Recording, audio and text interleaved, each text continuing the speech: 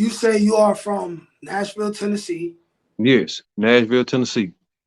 You came up in the 80s slash 90s. I was born in 1972. Okay. What were your early years like? Did you grow up with your parents? And what was your relationship with your parents?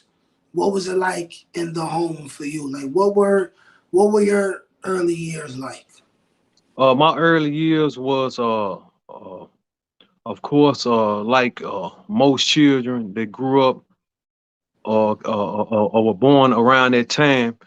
If you didn't get hit with the crack epidemic, then you got hit with the heroin, the explosion of heroin, and that affected my household to where my father, who was one of what was a great basketball player here in Nashville, and him becoming addicted to heroin, which I feel, I hate to kind of, because I like to try to try to bring things up to the current date as Hmm. well, even if it was in the past, where it's like for us, if we want to deal with reparation, I feel that we're gonna have to deal with reparation personally, because I feel that the heroin affected my family, the drug war affected my family, along with other things that's current, where people don't have to keep saying what happened a long time ago, because we got things that's taking place right now that we have been affected, and the government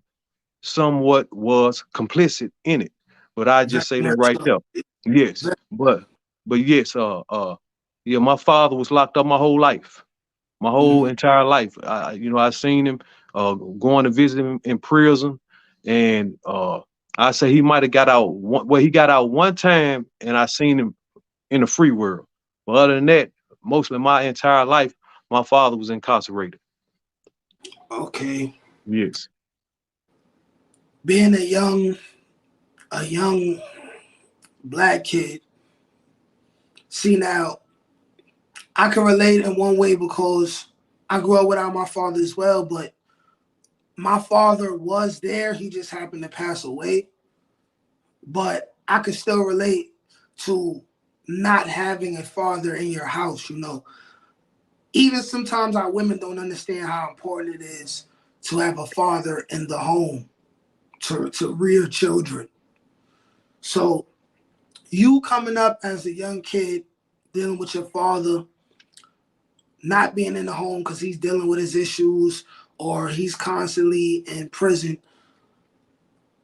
How do you feel like, what effect do you feel like that had on you as a youth coming up? Oh, well, it made me, of course, look for those type of role models or those type of figures in the streets.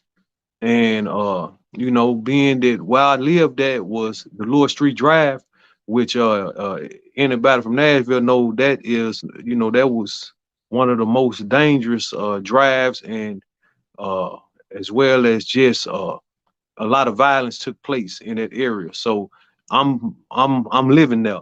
So every day I go out on my back porch and in my front yard, I'm in that element where I done, as a youth, seen shootouts, seen prostitutes getting beat up by pimps, seeing, people or overdose, or people, know what I'm saying, just wig out when crack hit. It just, just being exposed to all that right there, it's like you learn to take on an extreme mindset, or extreme. You learn to take extreme positions. What was your relationship with your mom?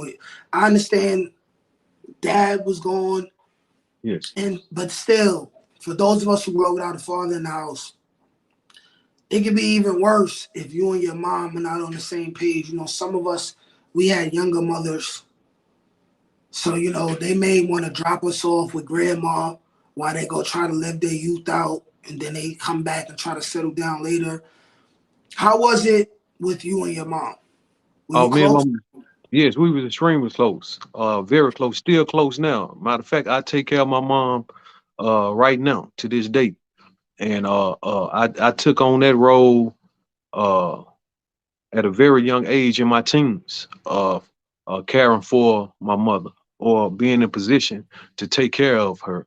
And yes, we always had a close bond and a close relationship. And uh, she tried, but being a single mother, along with her suffering from her bouts with just being overwhelmed with two children Mhm. in that climate, and the father being locked up, basically both of me and my, because I have a sister also being locked up both of our lives, most of our lives. That's a heavy burden. And then my mother was strong where she didn't want welfare. So, Mhm. so we had to, go without food because she was prideful, because she just didn't want to just accept no government assistance and didn't want to be grouped in that. So, she was a gambler. She was, know what I'm saying, a hustler. She did it all, know what I'm saying? And, you know, that's where I kind of, know what I'm saying, got my hustling mindset from her. Okay. Yes, I can relate to that too. My mom was the same way. My mother was the same way. I was the baby. I got two older sisters. She had her first child very young. She was like 15 years old. She had a second one when she was around 21 years old, and she needed help. She had to rely on the government for a little while, but she had so much pride. She took advantage of my aunt who was willing to babysit my sisters, and she put herself through school. Mm, And as soon as she got a job, she was done with it. By the time I was born, I never even had to see that life, mm, because from way back from 20 something, my mother just, she wasn't having it. She ain't want them white folk all in the business, yeah. all that all that, you know. Unfortunately, not a lot of women are like that today. Mm, But these are special women who we're talking about. yes, absolutely. Aside from the street life that you eventually veered into, what kinds of things were you into as a youth? What kind of hobbies? What kind of talents did you realize you had at a young age? What, like, Uh, yeah. well, I realized, for one, I was very smart, very intelligent. In high school, I got Who's Who Among American High School Students.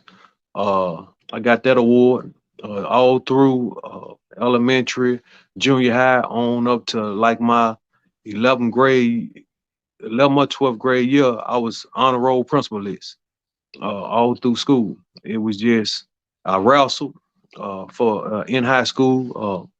I started wrestling when I was a sophomore because I was playing football up to that point. But when I entered my freshman year of high school, I went and took a physical, and I only weighed 107 pounds, 107. And the doctor wrote on my physical that I wasn't big enough to play football, so the coaches, being that he documented that, they wouldn't let me play until I had to wait, the following year. And I kind of let that discourage me, and didn't continue to pursue football and went on into wrestling. But yeah, those were some of the things that I done. But football, I did coming up. My daddy was a hell of a basketball player, and I kind of adopted that when I got inside of prison. I started playing a little basketball. Defense especially. That is, they Uh-huh. still they still talk about me in the system right now. Know what I'm saying? Yeah. So what you compare your game to? Like what? Dennis Uh, Rodman, Ron Artest? yeah, I would say, I would say more like I test at, but I wouldn't just I was very aggressive, Uh-huh. but at the same time, I still play within the lines. I ain't try to hurt nobody. Yeah, because them games get real You competitive. already know it get real now. No,